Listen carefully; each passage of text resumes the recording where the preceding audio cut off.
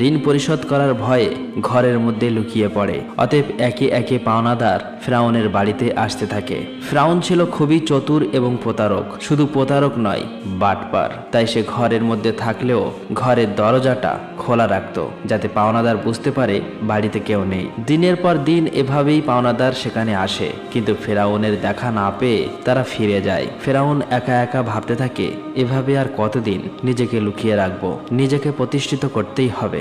সেই সময় মিশর ছিল অর্থনৈতিক দিক থেকে বিশ্বের সেরা। অতঃপর ফিরআউন পাওনাদারের ভয়ে রাতের গভীর আধারে বলক থেকে মিশরের উদ্দেশ্যে লুকিয়ে লুকিয়ে রওনা হলেন। সারা রাত অনেক পথ অতিক্রম করার পর শেষ পর্যন্ত মিশরে পৌঁছালো। কিছু দূর যাবার পর তার বন্ধু হামানের সাথে সাক্ষাৎ হলো। তাকে দেখা মাত্রই হামান জিজ্ঞাসা করলো, প্রিয় বন্ধু, তুমি এখানে কেন? তোমার কি অবস্থা? তখন ফেরাউন বলল, বন্ধু হামান, আমি খুবই মুসিবতের মধ্যে আছি। পাওনাদারের ভয়ে লুকিয়ে পালিয়ে এসেছি। আমি একেবারে নিঃস্ব, চারিদিকে ঋণে জর্জরিত। এখন আমার কোনো একটা কাজের প্রয়োজন। তখন হামান বলল, ফেরাউন, আমারও একই অবস্থা, আমার একটা কাজের প্রয়োজন। অতঃপর ফেরাউন ও হামান কাজের সন্ধানে বেরিয়ে পড়লেন। কিছু পথ অতিক্রম করার পর তারা ক্ষুধায় এবং তৃষ্ণায় কাতর হয়ে পড়েছিল। দূরে লক্ষ্য করে দেখলো একটি লোক তরমুজ খেতে তরমুজ কাটার কাজ করছে। তখন ফেরাউন ও হামান ধীরে ধীরে সেই তরমুজ ক্ষেতের সামনে গিয়ে বলল, চাচা যান, আমরা খুবই ক্ষুধার্ত, আমাদের কিছু তরমুজ খেতে দেবেন? এই কথা শোনা মাত্র লোকটি তাদের তরমুজ খেতে দিল। তারা পেট ভরে তরমুজ খেয়ে তৃপ্তি পেল। তারপর ওই তরমুজ ক্ষেতের মালিক তাদেরকে জিজ্ঞেস করলো, তোমাদের তো আগে কখনো দেখিনি, তোমরা কে আর কোথা থেকে আসছো? তখন ফেরাউন বলল, আমরা ভিন দেশি, বলক থেকে আসছি কাজের জন্য। তরমুজ ক্ষেতের মালিক ভাবলো তারও কাজের লোক দরকার, তাই সে তাদেরকে বলল, তোমরা কি আমার কাছে কাজ করবে? হামান বলল, অবশ্যই কাজ করব। তখন তরমুজ ক্ষেতের মালিক বলল, আমার কাছে কাজ করতে হলে সৎভাবে কাজ করতে হবে, চুরি করা যাবে না। ফেরাউন ছিল প্রতারক, তাই সে চালাকি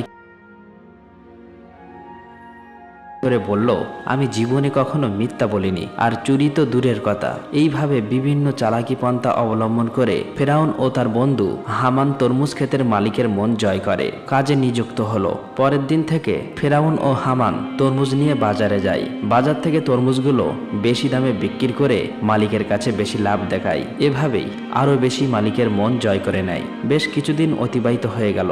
একদিন ফেরাউন ওই ক্ষেতের মালিককে বলে, চাচা যান, আপনি তরমুজগুলো পিস হিসাবে আমাকে বিক্রি করুন, তাহলে আপনার আরো বেশি লাভ হবে। ক্ষেতের মালিক তার কথায় রাজি হয়ে গেল। অতঃপর পরের দিন থেকে ফেরাউন তরমুজগুলো আবারও বাজারে বিক্রি করতে নিয়ে গেল। ফেরাউন তরমুজগুলো পিস হিসাবে কিনত, মাঝে মধ্যে কিছু তরমুজ চুরিও করত এবং বাজারে এসে তরমুজগুলো কেটে টুকরো টুকরো করে চড়া দামে বিক্রি করত। এভাবেই চালাকি করে ফেরাউন অনেক টাকা উপার্জন করলো। একদিন রাতে ফেরাউন তার বন্ধুকে বলল, হামান, এভাবেই যদি আমরা শুধু তরমুজ বিক্রি করি তাহলে জীবনে কিছুই করতে পারবো না, আমাদের অন্য কিছু করতে হবে। সেই সময় ঘটে যায় এক চমৎকার ঘটনা। মিশরের বাদশাহ তার সেনাবাহিনীর দ্বারা দেশের মধ্যে একটি বিজ্ঞপ্তি জারি করে। সেনাবাহিনীরা বিভিন্ন জায়গায় গিয়ে বলে, এত দ্বারা জানানো যাইতেছে যে মিশরের কবরস্থানে একটি দারোয়ান প্রয়োজন। যদি কোনো ব্যক্তি এই চাকরি করতে ইচ্ছুক হও তাহলে সে যেন অতি সত্বর মিশরের বাদশার দরবারে যোগাযোগ করে। এই কথা বলে সেনাবাহিনীরা সেখান থেকে চলে গেল। এই সমস্ত কথা প্রত্যক্ষ পরোক্ষভাবে শ্রবণ করার পর ফেরাউন তার বন্ধুকে বলল, হামান, চলো আমরা রাজ দরবারে যাই। হামান বলল, আমার মনে হয় এটা সম্ভব হবে না। তখন ফেরাউন বলল, এই কাজ হাতছাড়া করা যাবে না, চলো আমরা একবার চেষ্টা করি। অতঃপর ফেরাউন ও হামান দেরি না করে সাথে সাথে মিশরের রাজ দরবারে হাজির হলো। মিশরের বাদশাহ তাদেরকে জিজ্ঞেস করলো, তোমরা কে আর কি চাও? তখন ফেরাউন করজোরে অনুরোধ করে বলল, আমি মুসাফির, ভিন দেশ থেকে এসেছি, আমি খুবই অভাবী।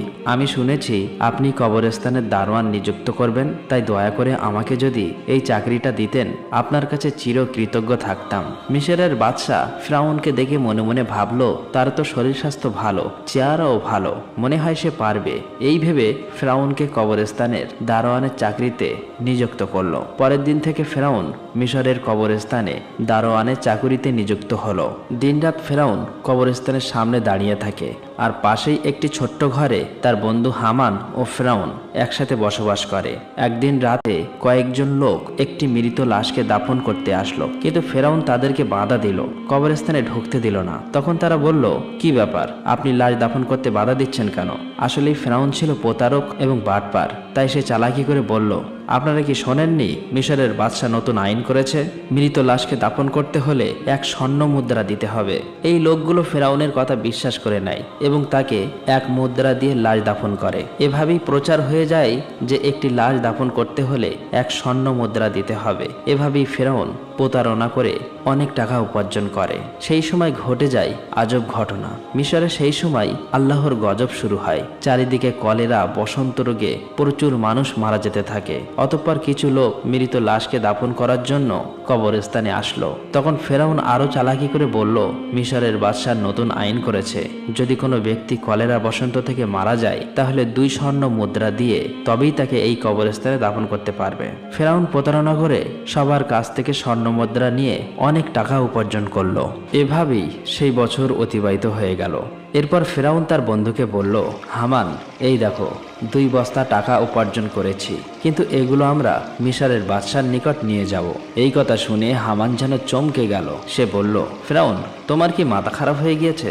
যে টাকার জন্য এত কষ্ট করলে, সবার থেকে প্রতারণা করলে, আর শেষ পর্যন্ত কিনা সেই টাকাগুলো বাদশাকে দিয়ে দেবে? ফেরাউন বলল, হামান, ধৈর্য ধরো, আমার বুদ্ধি ক্রমশ প্রকাশ পাবে। অতঃপর সে দেরি না করে পরের দিন ফেরাউন ও হামান 2 বস্তা স্বর্ণ মুদ্রা নিয়ে মিশরের বাদশার দরবারে হাজির হলো। মিশরের বাদশাহ তাদেরকে জিজ্ঞেস করলো, কি ব্যাপার, তুমি বস্তা নিয়ে রাজদরবারে এসেছো কেন? তখন ফেরাউন বলল, জাহাপনা, আমি 2 বস্তা স্বর্ণ মুদ্রা নিয়ে এসেছি।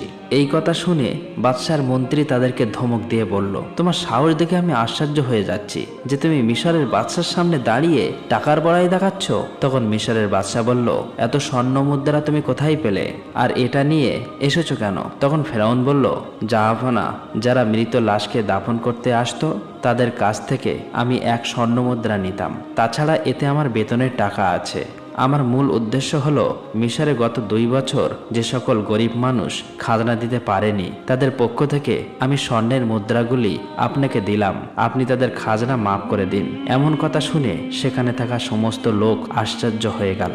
মিশরের বাদশাহ তার এই কর্মকাণ্ড দেখে আকর্ষিত হলো এবং তার প্রতি বিশেষ দৃষ্টি আকর্ষণ করলো।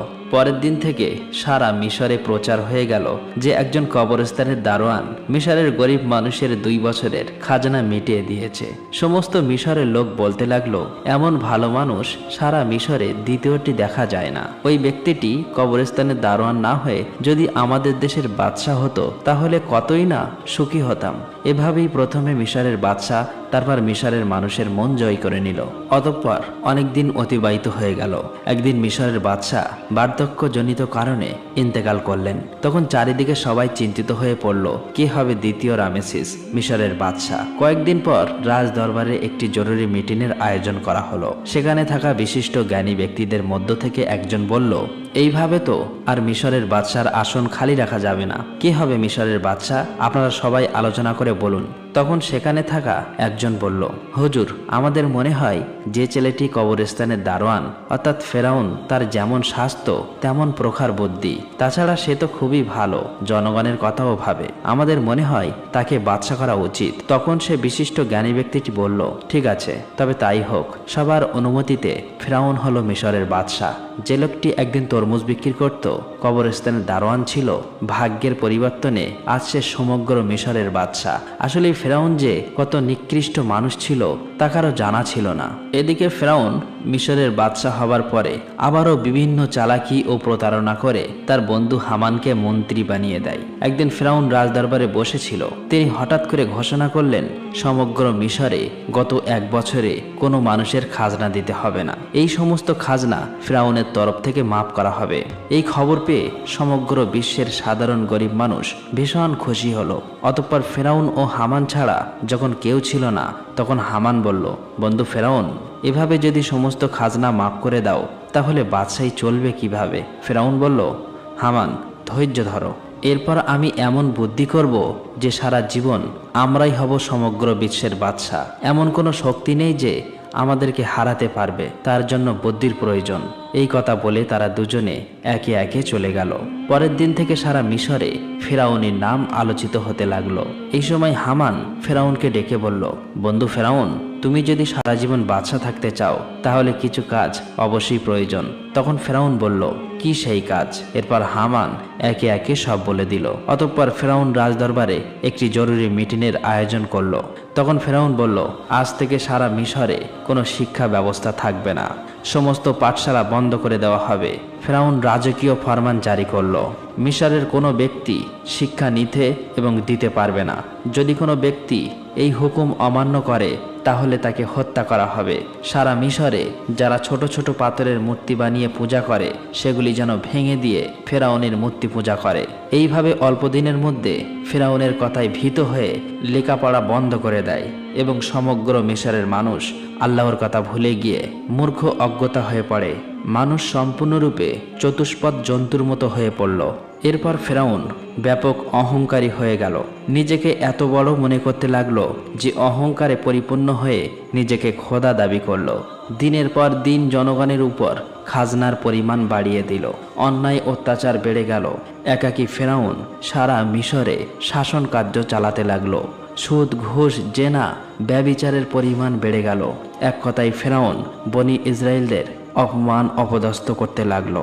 শুধুমাত্র আসিয়া ব্যতীত অন্য কেউই ফেরাউনের অপমান অপদস্থ থেকে রেহাই পেত না, কারণ আসিয়া ছিল সে যুগের সবচেয়ে সুন্দরী, গুণবতী এবং ধার্মিক নারী। সুতরাং বহু বছর পর ফেরাউন আসিয়াকে স্ত্রী রূপে বরণ করেছিল। একদা আসিয়া তার নিজ কক্ষে বসেছিলেন।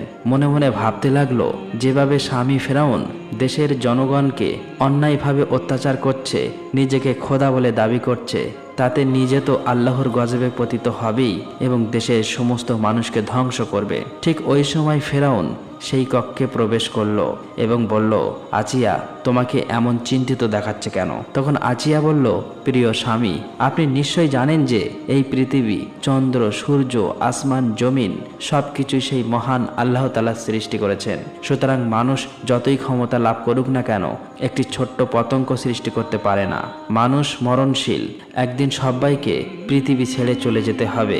তাই আপনি নিজেকে খোদা দাবি বন্ধ করুন এবং আল্লাহর পথে ফিরে আসুন। এই কথা শোনা মাত্রই ফেরাউন খুবই রাগান্বিত হয়ে ধমক দিয়ে আসিয়াকে বলল, আসিয়া, এই কথা যদি অন্য কেউ বলতো তাহলে তাকে আমি হত্যা করতাম।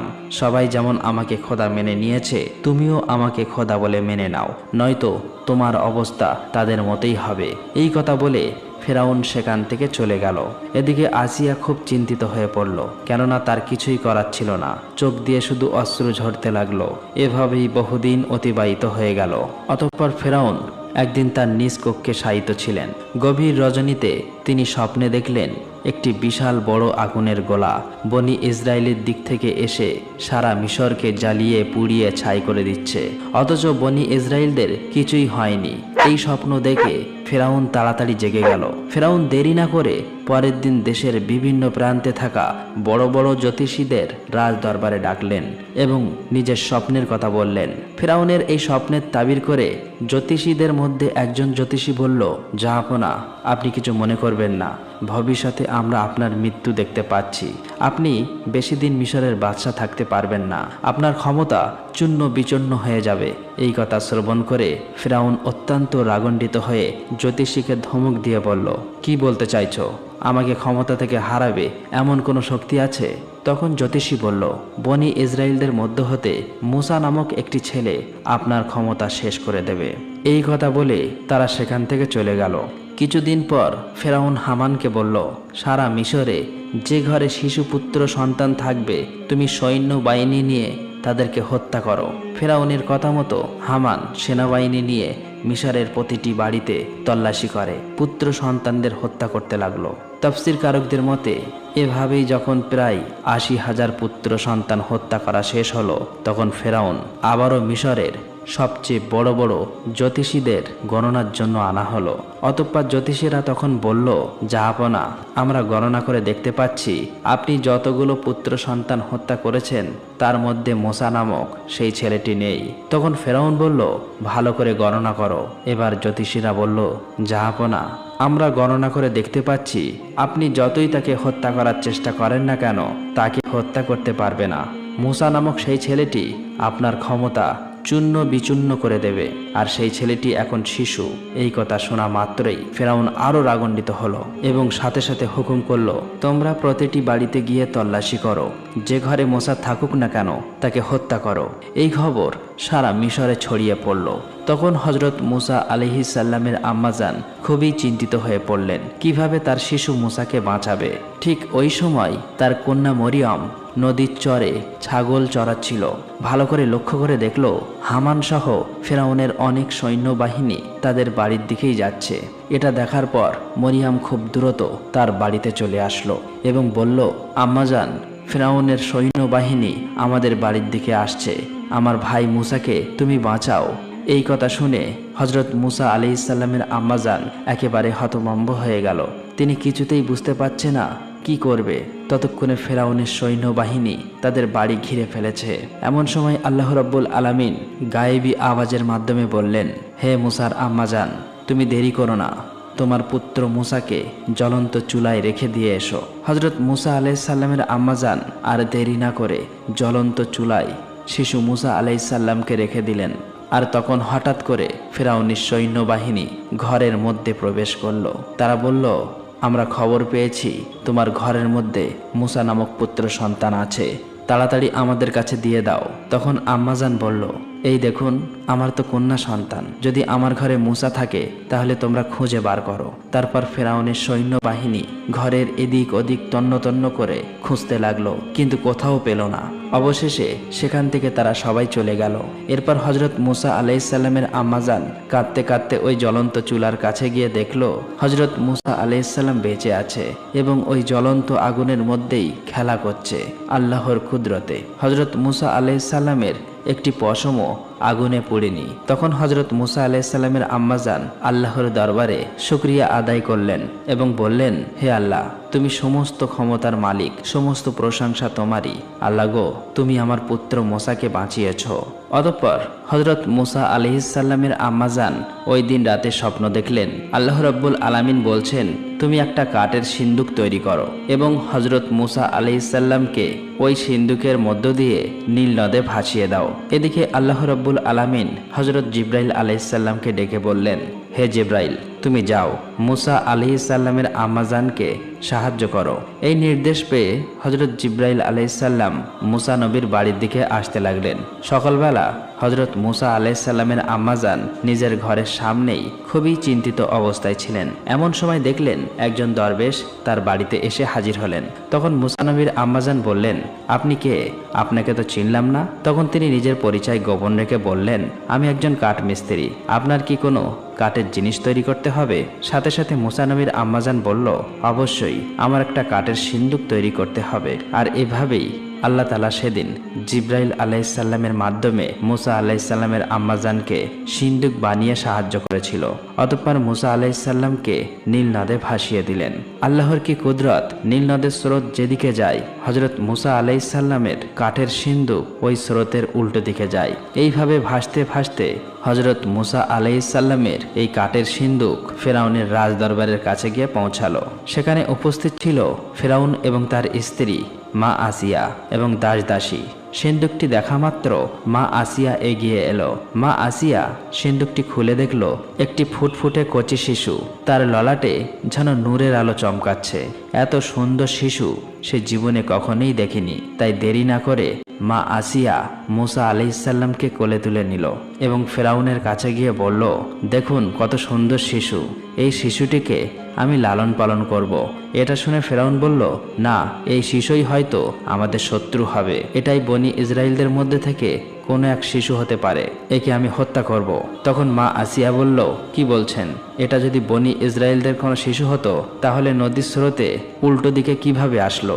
এটা তো ওই দিকে যাওয়ার কথা ছিল। এই যুক্তি শুনে ফেরাউন আর কিছু বলল না, শুধু বললেন, ঠিক আছে, তুমি এই শিশুকে লালন পালন করতে পারো। অতঃপর মা আসিয়া হযরত মুসা আলাইহিসসালামকে নিয়ে রাজ দরবারে প্রবেশ করলেন। ফেরাউন যখন মুসা আলাইহিসসালামকে কোলে তুলে নিল এবং নিজের সন্তান রূপে আদর করার জন্য চুম্বন দিতে যাবে, এমন সময় হযরত মুসা আলাইহিসসালাম আল্লাহর হুকুমে ওই কচি শিশু হাতে এত জোরে ফেরাউনকে চড় মারল যেন রাজদরবার কেঁপে গেল। মনে হলো যেন ভূমিকম্প শুরু হয়ে গেছে। তখন ফেরাউনের মনে সন্দেহ প্রকাশ পেল। মনে মনে বলতে লাগলো, নিশ্চয়ই এই শিশু কোনো সাধারণ শিশু নয়, একে পরীক্ষা করতে হবে। তখন ফেরাউন একজনকে বলল, যাও কিছুটা স্বর্ণ আনো আর তার সাথে আগুন নিয়ে এসো, এই শিশুকে পরীক্ষা করব। এটা শুনে সেখানে থাকা উপস্থিত সবাই হতবাক হয়ে গেল। এই লোকটি যখন আগুন আর স্বর্ণ নিয়ে আসলো, ঠিক ওই সময় আল্লাহ রাব্বুল আলামিন হযরত জিবরাইল আলাইহিসসালামের মাধ্যমে হযরত মুসা আলাইহিসসালামের হাত আগুনের দিকে ঘুরিয়ে দিল আর মুসা আলাইহিসসালাম চিৎকার করে কাঁদতে লাগলো। তখন আসিয়া বলল, আপনার মতো কঠিন হৃদয় এবং নিষ্ঠুর এই পৃথিবীতে আর কেউ নেই। এই